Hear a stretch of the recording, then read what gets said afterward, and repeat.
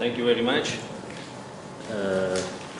I need a short time to present to you this work because it's not so long time that we are able to make this material. The material investigated is a kind of shape memory alloy, basically in the copper, zinc, and aluminium.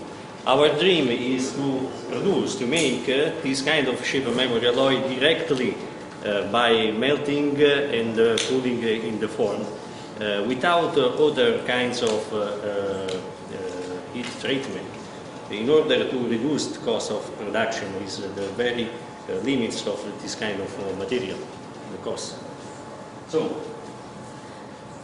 a few words about shape memory alloy. Shape memory alloy is a wide class of material characterized by a peculiar properties to recover the initial shape also after high values of deformation. This is due to ability to change the structure under load and to recover the initial structure, the parent structure, after this load is null.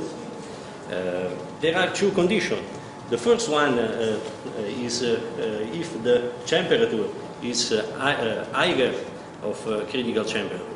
In this case, the material is able itself to recover the stress, to recover the initial structure. The behavior, microscopic behavior, is to recover the deformation without any other cause, external cause. The behavior is quite similar to superelastic alloy. In this case, we talk about of pseudoelastic material. Pseudoelastic because the behavior is elastic, but it's not completely linear. If the critical temperature is higher than the room temperature, we need to give the energy in order to recover the initial structure. In this case, to recover the initial shape, it needs to heat the material upper to critical temperature. In this case, we can talk about of traditional shape memory alloy. Our alloy is a pseudoelastic alloy. This is a symbol of manufacture made on shape memory alloy. The most used kind of shape memory alloy is nickel titanium, characterized by a very short grains. Some kinds of nickel titanium shape memory alloys are characterized by nano dimension grains, very short. This is an interesting material because it's corrosion resistant. You can use some kinds of alloy in the biological fields. So, this is the aim of this beginning work. What's the mechanical behavior? Mechanical behavior under fatigue loads. What's the fracture paths of crack in two different conditions, two different load ratio. So, a few words of our process of production. We use a furnace under vacuum in order to eliminate the presence of oxygen. The oxide in this alloy is very dangerous in terms of recovery of shape, initial shape. And we use also a crucible made in Italy because it's very stable to high temperature.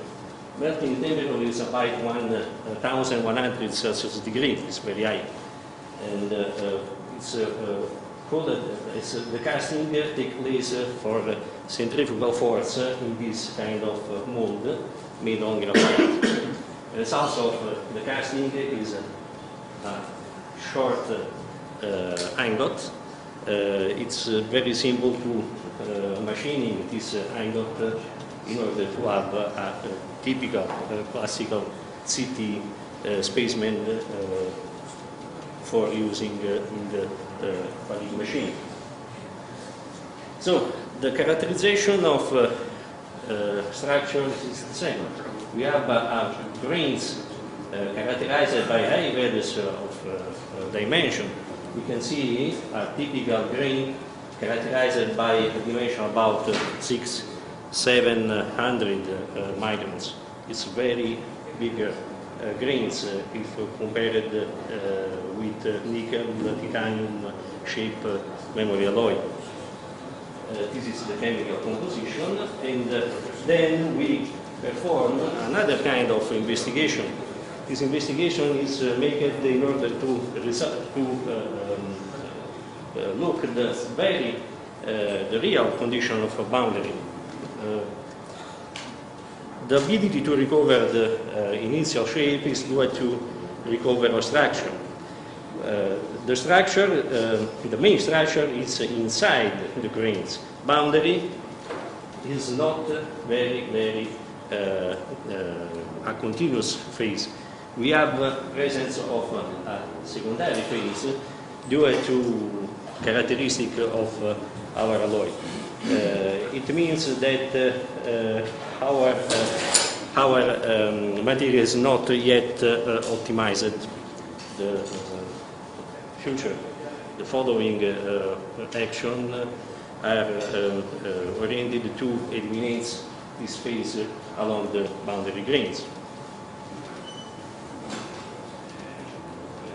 So here we perform a simple traction of material in order to evaluate the changing of structure. In a loaded condition, our material is characterized by beta 2 structure, and another phase is L21. After deformation, 5% of deformation, we have a changing of structure in beta 3 and M18. This phase is equal of this phase, beta 3. It's the phase that characterizes our boundary. It doesn't work in terms of recovery of deformation. It needs to eliminate them. So this is a typical stress strain curve of a shape memory alloy. This is a simple schema. We have a first stage characterized by a elastic modulus of austenite, a typical plateau. In this stage we have a changing of structure from austenite to martensite. This is not the classical martensite of iron. Is a name usually that the scientists usually make to higher tension structure. And we have another elastic stage characterized by a new kind of material named martensite. And then we have a classical plastic zone that I will show in these slides. So this is the slide where I summarize the condition of fatigue propagation, current propagation, by using delta T constant, two kinds of stress ratio, 0.1 and 0.5, sinusoidal waveform, and this is the frequency. The length of crack is measured by a gauge, but controlled by using an optical microscope. If this magnification is not enough, these values. We will present the reason for this assertion. So the path is showed, is analyzed by using of classical scanning electron microscope, stopping the test and putting the CT specimen in the chamber of So this is the first results. We have for R equal to 0.5 a traditional 3 stages. The first one, the second, characterized by Paris law, and the third stage. But for R equal to 0.1, we have the presence of a first of 1, 2, 3, 4, and 5 stages. Fourth and 5 stages, we think are due to particular mechanical behavior of this material. So, this is the schema showed in the previous slides. We think that the fourth and 10 stages is due to changing of structure, the importance of changing of structure in the front of crack tip. This effect is not shown in the test performed at R equal to 0.5 because the minimum stress reached is higher than the minimum stress obtained in R equal to 0.1. In this case, we work always in this condition. The importance of martensite is greater than the importance of austenite in the crack propagation under R equal 0.1. On the point of view of crack path, focusing on experimental of characterized by R equal to 0.1, you can see a growth of crack characterized by linearity of stages, and then we have a sort of zigzag propagation.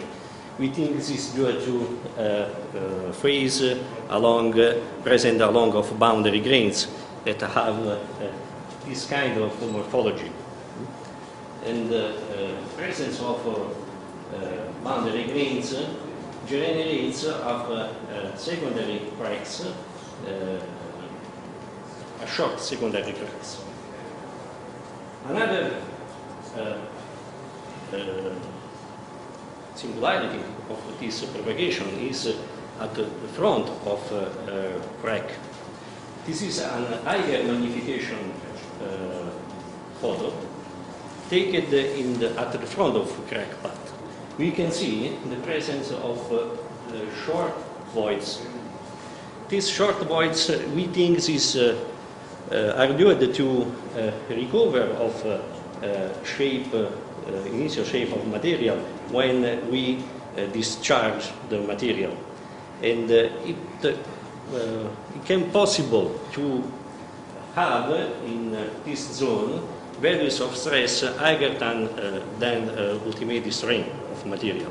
And in this case, we have the generation of crack. But you can see the presence of this kind of crack only at higher values of magnification. 40 per used to control the crack propagation is not enough in order to evaluate the correct length of crack.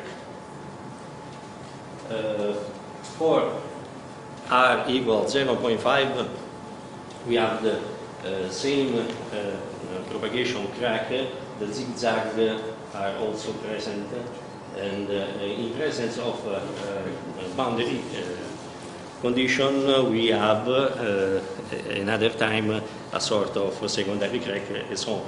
But in the front of crack tip, we have not the presence of short voids, because we have not a recovery of austenite. So, the conclusion is summarized in these slides. But I think in this research that all the effect, all the phenomena take place in very appropriate scales. models have to take into account the scales. This material is different to nickel titanium material because the grains are very biggest than the grains of nickel titanium, and using a model made for nickel titanium material is not very appropriate to use in this kind of material, because for condition equal R0.1, the dimensions of grain is very big, and the effect are different than the effect usually observed in nickel titanium alloy. Thank you very much.